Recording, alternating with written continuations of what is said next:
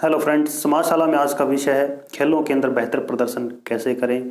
दरअसल मनुष्य के जीवन काल में उसका सर्वाधिक महत्वपूर्ण समय उसका युवा काल होता है। इस दौरान वह सर्वाधिक ऊर्जा से भरा होता है और उसकी मांसपेशियां इतनी लचीली और मजबूत होती हैं कि पूरे शरीर को किसी भी आकार के अंदर ढाला जा सकता है। यानी यह युवाओं पर ही निर्भर करता है कि वे अपने युवा काल का किस तरह प्रयोग करते हैं। हुसैन बोल्ट का नाम आप सभी ने सुना होगा। काफ़ी तेज़ गति से दौड़ लगाते हैं। तेज़ गति के कारण ही उन्हें विश्व का सबसे तेज़ दौड़ने वाला जीवित व्यक्ति कहा जाता है। तो उस हुसैन बोल्ट से हम बहुत कुछ सीख सकते हैं।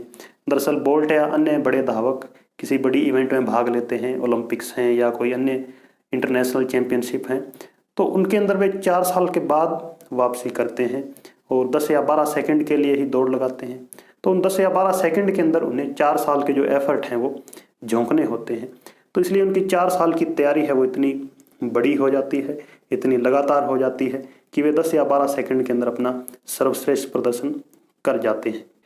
तो इसको यदि हम ध्यान से सोचें तो यह पता चलेगा कि कोई एक साधारण जो मोटिवेशनल सॉन्ग है या वीडियो है वो हमें 2 या 4 घंटे का मोटिवेशन दे सकती है, और अधिक मोटिवेशनल है तो 1 या 2 दिन हमें मोटिवेट कर सकती है।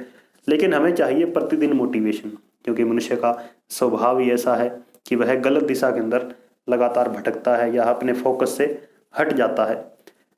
तो उन्हें कहाँ से यह प्रेरणा मिलती है? उस प्रेरणा को सेल्फ मोटिवेशन कहा जाता है, जो कि खुद के अंदर से ही विकसित होती है और लगातार खुद को ही वे मोटिवेट करते हैं।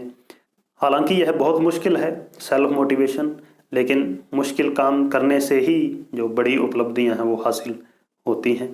तो इसके अंदर सबसे पहले आपको खुद के विषय में ईमानदार होना पड़ेगा कि हाँ, क्या वास्तव में मैं यह काम करना चाहता हूँ, यह उपलब्धि हासिल करना चाहता हूँ, या यह रेस क्लियर करना चाहता हूँ, या टेस्ट पास करना चाहता हूँ। तो खुद से पूछें कि क्या मैं वास्तव में यह काम करना चाहता हूँ या खाली टाइम पास कर रहा हूँ। यदि वास्तव में कुछ करना चाहते हैं तो फिर कुछ बात बन सकती है, और इसके अंदर आगे खुद से ही प्रतिस्पर्धा करनी होगी, ताकि खुद ही जो हमारा शरीर है वो हमें ही मोटिवेशन देता रहे। खुद से प्रतिस्पर्धा का मतलब है कि प्रतिदिन जहाँ भी आपने कोई काम फिनिश किया है, या ऐसे मान लें कि हम 100 मीटर की दौड़ 12 सेकंड में पूरी कर रहे हैं, तो कल जब मैं प्रैक्टिस करूं तो उस 12 सेकंड को घटाऊं मैं समय को। हालांकि बहुत थोड़ा ही घटेगा पॉइंटों में ही, लेकिन 12 सेकंड से मेरा समय ज़्यादा ना हो जाए एक भी दिन, और उसे मैं धीरे धीरे लगातार कम करता जाऊं। और यदि आप लगातार ऐसा कर पाते हैं प्रतिदिन, तो एक लंबे समय के अंदर आप देखेंगे कि आपने काफ़ी समय कम कर लिया है और आप अन्य खिलाड़ियों से अलग दिखाई देंगे इस दौरान। यही सफलता का एकमात्र सीक्रेट होता है। इसलिए यह कहा जाता है कि सफलता का कोई शॉर्टकट नहीं होता। अपने चारों ओर हो रही घटनाओं से कुछ सीखने का प्रयास करेंगे तो आपके लिए बहुत फायदेमंद होगा।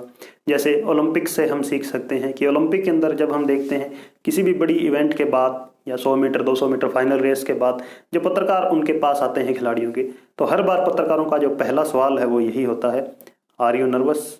क्या तुम नर्वस थे इस रेस के लिए? लेकिन हर बार प्रत्येक खिलाड़ी का जवाब यही होता है, नो आई एम एक्साइटेड, मैं उत्साहित था इस रेस के लिए।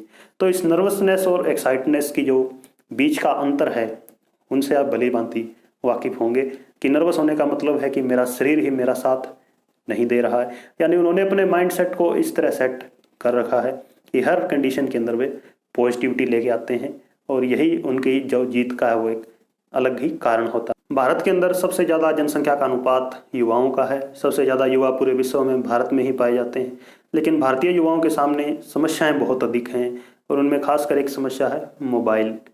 मोबाइल के अंदर उन्हें नहीं पता कि इसका यूज़ कैसे करना है, वे इसका लगातार मिसयूज़ करते हैं। जैसा कि चेतन भगत ने अपने एक लेख में लिखा है कि जो इतना डाटा फ्री मिल रहा है आज, वह पहले कभी नहीं मिला। और जो मशीनों के कारण लोगों के पास आजकल समय भी बहुत है, यानी युवाओं के पास समय है और फ्री का डाटा है, लेकिन इसे कैसे यूज़ करना है ये उन्हें नहीं पता। दरअसल वे कुछ चीज़ें सर्च करते हैं गूगल पर या अन्य सर्च इंजन पर, लेकिन कुछ और ही उन्हें सामने दिखाई पड़ता है। वे उसी दिशा के अंदर चल पड़ते हैं, और फिर आधे घंटे घंटे 2 घंटे के बाद याद आता है कि मैं सर्च कुछ और कर रहा था, लेकिन कुछ और ही मैं यहाँ देख रहा हूँ। दरअसल इसी तरह इंटरनेट का जो एल्गोरिदम है वो काम करता है। इंटरनेट आपके लिए ऐसी ऐसी चीज़ें ही रेकमेंड करता है कि आप उनकी तरफ खींचे चले जाते हैं। तो आपको इस जाल से बाहर निकलने की आवश्यकता है और एक फिक्स शेड्यूल आपने बनाना होगा कि मैं प्रतिदिन 2 घंटे, 1 घंटे या आधे घंटे ही मोबाइल का यूज़ करूँगा। और इसके अतिरिक्त मोबाइल के फ़ायदों से आप भलीभांति वाकिफ़ हैं। यदि उसका सदुपयोग किया जाए तो बहुत फ़ायदे हो सकते हैं। उस पर अपनी स्किल कैसे बेहतर करें, अच्छा खिलाड़ी कैसे बने, या खिलाड़ियों की क्या डाइट होती है, कितनी मात्रा में कौन सी कैलोरी, फैट, प्रोटीन क्या लेना है, यह सब इंटरनेट पर प्रचुर मात्रा में उपलब्ध है। तो इसका सदुपयोग करें। तो समाजशाला में आज युवाओं के बारे में इतना ही। वीडियो अच्छी लगी है तो अपने खिलाड़ी दोस्तों को इसको शेयर करें, चैनल को सब्सक्राइब करें। मिलते हैं किसी और दिन समाज के किसी नए टॉपिक के साथ। धन्यवाद।